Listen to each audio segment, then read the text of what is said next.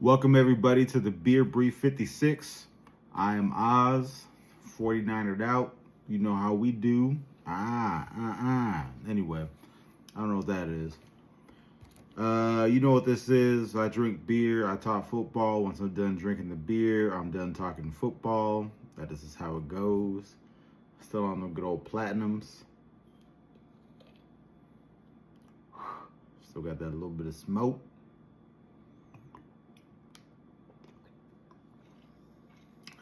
Oh, yeah. Just got done watching that good old Thursday night football game between the Steelers and the Bengals, so we'll get on that. Also got a few other things. I was going to record yesterday. I didn't. So I'm a little behind on some shit, but that's all good. But let's start with this game, man. So the Steelers and the Bengals in Cincinnati. Bengals whited out. It's racist. Bengals won 33-31. That actually ended up being a way better game than I thought. Now, beginning, I got this itch on my ankle, so excuse me for bending. But the beginning, man, I'm thinking, hey, Steelers about to run away with this. They moved up and down the field that first drive. I'm like, oh yeah, that Bengals defense looking right for the pickings. Turns out, so was the Bengals defense, or excuse me, so was the Steelers defense. Both defenses were absolute poop juice. Poop juice McGee. Awful. Bengals, who had no running game whatsoever all year, decided to find that against the Steelers. Bengals just kept running 1 yard slants all game. Steelers like, I don't know why. How do they keep doing this? They never had anybody on the inside. They didn't play anybody up close. Jamar Chase had a hell of a game. So did T. Higgins. So did Yoshiba. So pretty much anybody on offense today had a pretty solid game. Both teams, really. Warren with the Steelers ran the ball well. So, in that case, or based off that, like, it's kind of an exciting game. Because it could be, sometimes when these NFC North teams or AFC North teams play, it'd be real low scoring. Thursday night, man, we need a little excitement. You know what I mean? And this game had excitement. Yeah, two 40-year-old quarterbacks going at it. They call it the Icy Hot Bowl. I love it. But yeah, at the end, man, it came down to it. And listen, at one point, the Bengals are up 30-24. Then all of a sudden, the Steelers go down the field and they score a touchdown, put them up 31-30. A couple minutes left. Then the Bengals drive down with a couple smart plays. We'll talk about that. One of them by Higgins. Pretty much made the play of the game with that slide. To keep him instead of getting that touchdown, let him run the clock down to 7 seconds, kick a field goal. It's like 39 yards or some shit like that. It wasn't anything far, and that was it. I mean, then Aaron Rodgers had a Hail Mary. I mean, we threw about like almost 70 yards. It seemed like, man, that motherfucker, 40-something years old, still got an arm. He put everything he had into that too. He had to turn away when it was all said and done. Had it in position, but, you know, the Cincinnati defender did the smart thing. Just batted that bitch down. That's what you're supposed to do. Things that I noticed, I mean, I kind of mentioned most of them.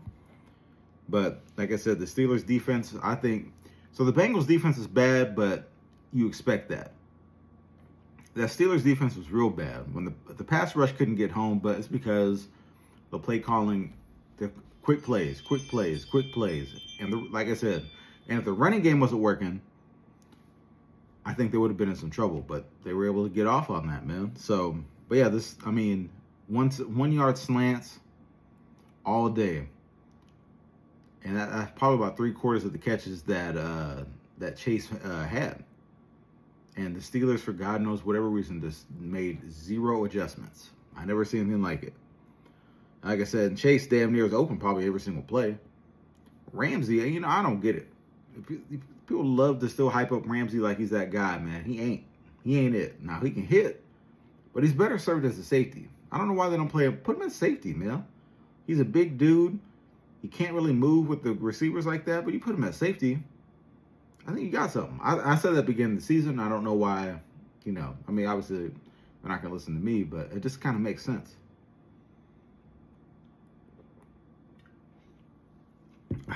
And at his age, too, Shit, it's easier, I think. See the whole field. Man, but yeah, like I said, both QBs played pretty damn good. Rodgers had a couple picks. One 100% his fault. He just threw it. He just threw it. That's all happened, and they got picked. And then one, a hell of a play, but I forgot who the fuck it was. But I mean, the ball was in. It was a perfect pass to DK Metcalf. Metcalf, I thought was gonna catch it. He got hit by someone, and someone just scooped that bitch up, pretty much from his damn hands. Went out of bounds, feet were down. Hell of a play, man. Hell of a play. But then after that, Rodgers continued to throw touchdowns. So, like I said, good game. And, you know, if I can give a game ball to anybody, if that's even a thing, I'm giving that shit to Higgins. Like I said, man, that play, he could have got a touchdown. Easy. And then that would have given the Steelers a lot of time to just go with timeouts at that to orchestrate another scoring drive. And your defense really wasn't stopping them like that. I mean, you had one bad play and one kind of lucky play. So, yeah, smart. I mean, genius play. 100% football IQ was on display on that bad boy. So what does this mean for both teams? So for the Steelers, it kind of means what it, like, their defense looks like it did at the beginning of the season. And that wasn't good. The offense looks fine.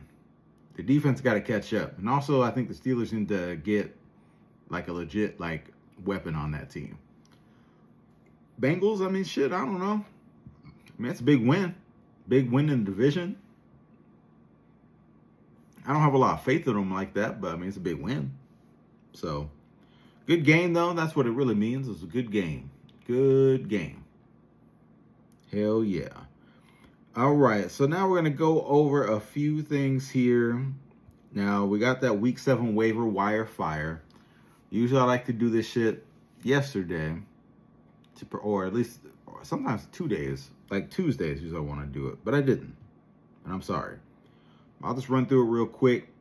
Maybe, just maybe, there are people here that you did not get, so we'll see. Number 15, they got Taysom Hill from the Saints going against the Bears. You missed out on this one. Jonnu Smith with the Steelers. He had a good day. He had a touchdown. He was solid. Number 13, Cade Otton with the Bucks going against the Lions. Especially if they're short on weapons again.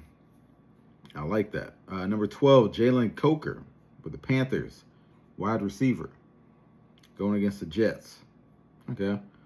Number 11, tight end Michael Mayer with the Raiders. He's been playing pretty good going against the Chiefs. Number 10, tight end Oronde Gadsden II of the Chargers going against the Colts. That's a good game. Number 9, QB CJ Stroud for the Texans going against the Seahawks. Number 8, running back Tyjae Spears for the Titans going against the Patriots. Number 7, wide receiver Josh Downs with the Colts going against the Chargers. Number 6, wide receiver Kayshawn Booty with the Patriots going against the Titans. Number 5, tight end Harold Fannin Jr. with the Browns going against the Dolphins. Number 4, and this dude getting a lot of hype. Number 4, running back Bam Knight with the Cardinals. Tons of hype going toward that dude. Number 3, hey, we did it. We did it. Number 3 is wide receiver Kendrick Bourne. Back-to-back 100-yard games. Number 2, Jackson Dart. Against the against the Broncos. Yeah, they get after the. I wouldn't touch them. Not this game. Number 1, Kamani Vidal, Chargers running back. Yeah, he's kind of the guy they've seemed to have gone to on that. So, makes sense. Like I said, sorry for the delay on that. I had to get it out, though. You never know. Some of these guys could just be lingering around. I would stay away from Dart, though. So now we got the Week 6 overreactions. Something I usually like to do also Tuesday. And it's Thursday. By Jeff Kerr, you know how I do. We'll start with it. So it's either overreaction or reality. I'll say what Jeff Kerr says, and I'll say if I agree or not. So here we go. The Bills are wasting Josh Allen's prime. He says it's an overreaction. I say it's an overreaction. Come on, guys. They just lost 2 games in a row. One to the Steelers. Who was the other one to? No, not the Steelers. I'm sorry. One to the Broncos.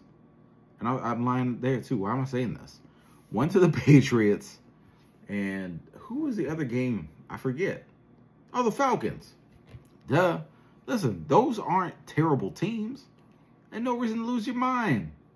Now, the defense is in trouble. But wasting his prime? Nah, that's crazy. Insane. Jaden Daniels is having a sophomore slump. They say it's an overreaction. Yeah, I'll say it's an overreaction for now. I mean, he's kind of banged up. He had some good passes, but he also had some slip-ups. Literally, like the ball slipped out of his hands. But that's an overreaction. I'm with old Jeff on this one. Let's see. Bijan Robinson will carry the Falcons to the playoffs. They say it's an overreaction. I say that is reality. Why not? It's not. I picked the Falcons to win that goddamn division. So I believe it. Because I believe he is the best running back in the league. And he absolutely 100% can do that. Wonder why he says it's an overreaction. I could try to look at this, but I'm not going to look at all of it. I simply just will not agree. Bears comeback win is a turnaround for the franchise. He says it's a reality. You know, I'll buy that. I mean, it was a really good win for the Bears. A really important win. And it's shown that they could win games like this, and they lost a lot of games like this. So, yeah, I'll buy it. Why not? Oh, is that all we got? Shit. That was easy. Painless. Oh, man. So let's talk about 10 trades that should be happening before the deadline, according to CBS's Cody Benjamin. CBS has some fire this week. Oh, man, we're already starting with some unfair shit. Alvin Kamara to the Chiefs. Hell, they better not. But as a fantasy owner of Alvin Kamara, I like it. I like it. Breece Hall to the Chargers. Hell yeah. Oof. Oh, man, they can do some damage with that bad boy. Jacoby Myers to the Panthers. Yeah, I mean, might as well. Why not? Although I like the Panthers receivers, so do they need Myers like that? I don't think so. Giants, Rashid Shaheed to the Giants. Nah, I'm not. Hey, the Saints, listen, while you don't have a good team, it's not this sell at all time. No.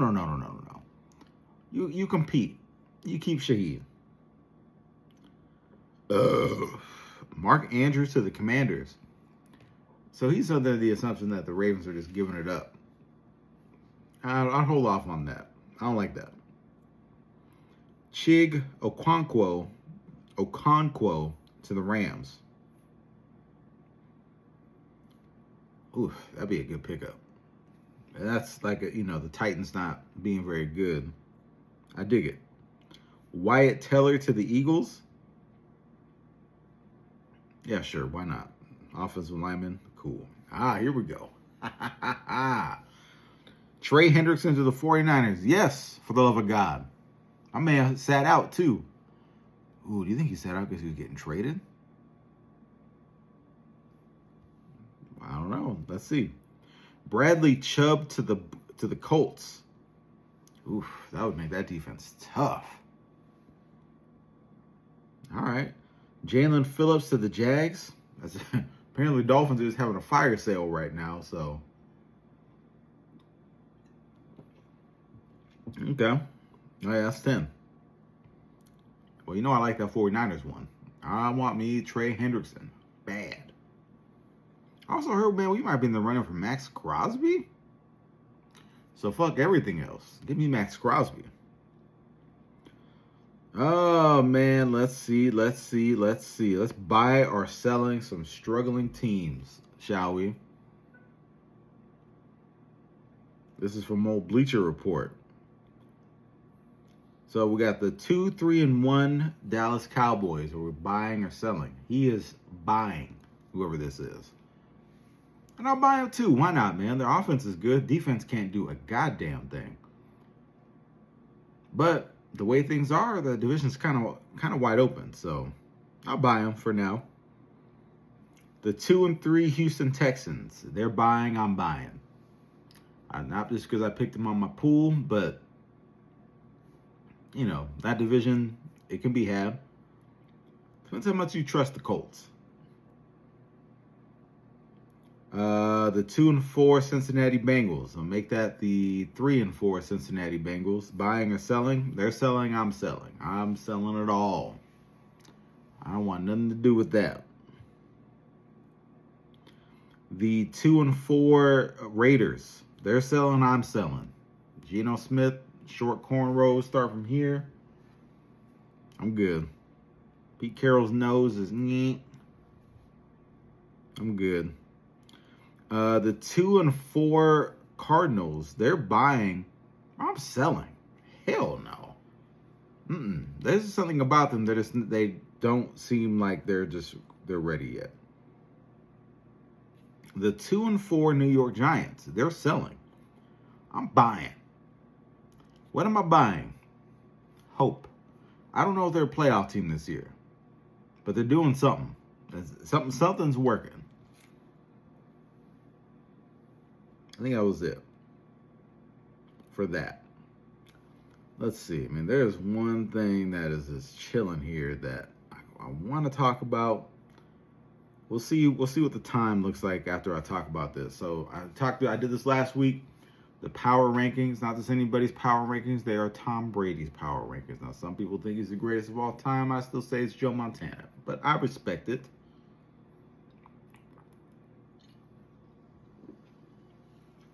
But chill. So the power rankings, you can't argue with the GOAT's new number one. So I'm going to start down here. And then I know he talks about why he has who at what for the top 5. And I'll read that shit. Number 10, the New England Patriots are 4-2. Okay. Yeah. Hey. I know that's your old team, but yeah. Let's see. Number 9 is the previously unranked, according to this, Seattle Seahawks. So I'm not gonna hate. I'm putting the Patriots ahead of them, maybe, but I mean they're playing good ball, 100%. Number 8, the Kansas City Chiefs, who were previously unranked.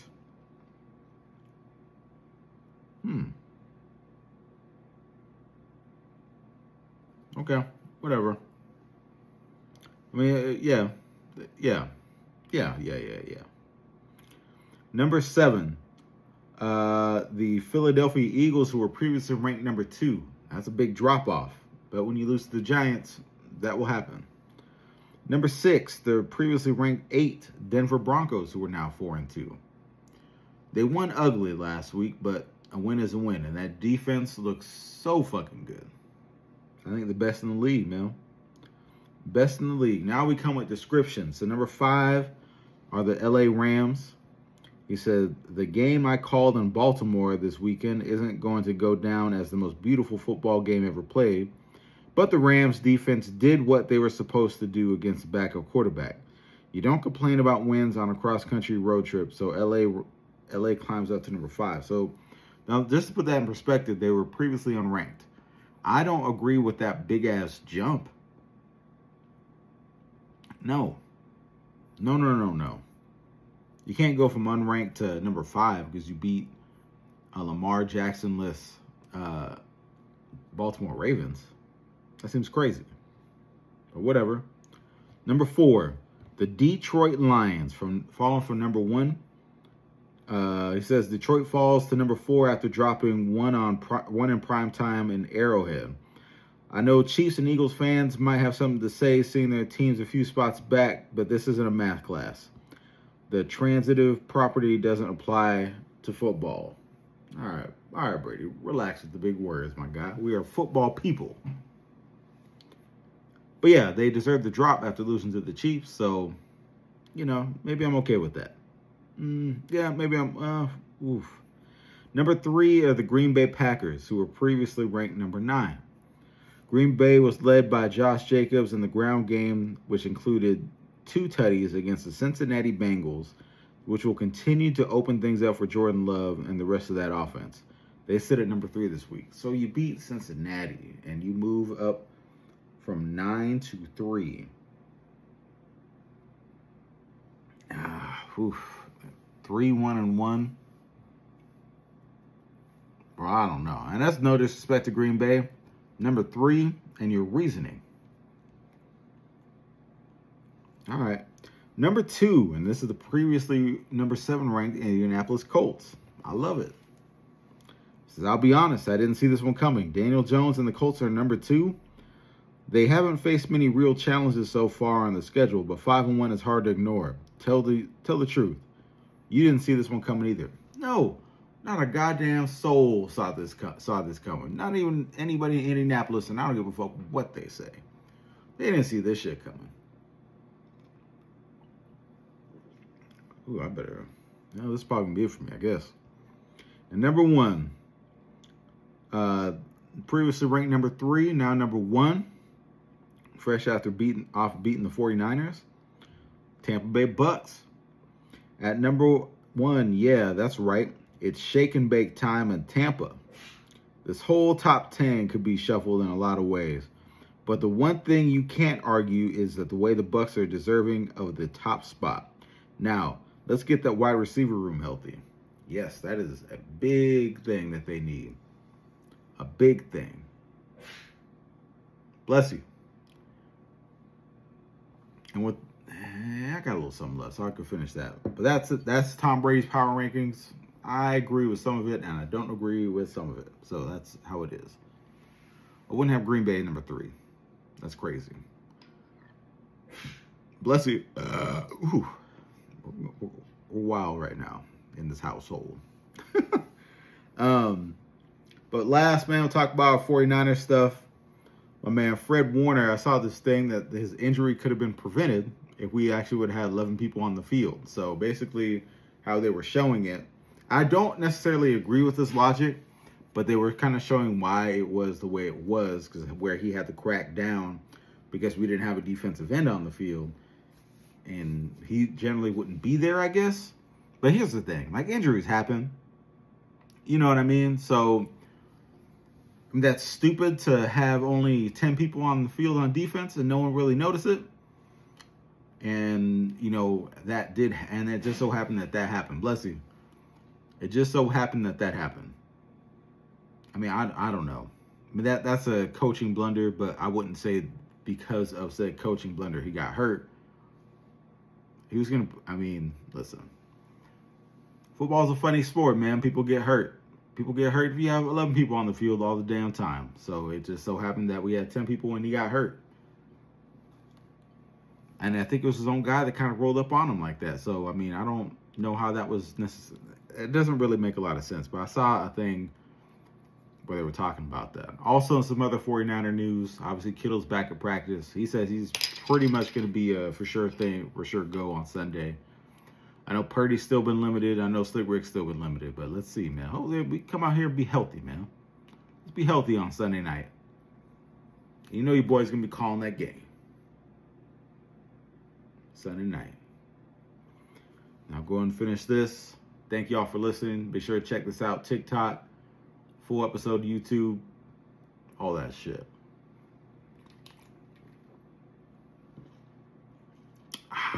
This has been the Beer Brief 56.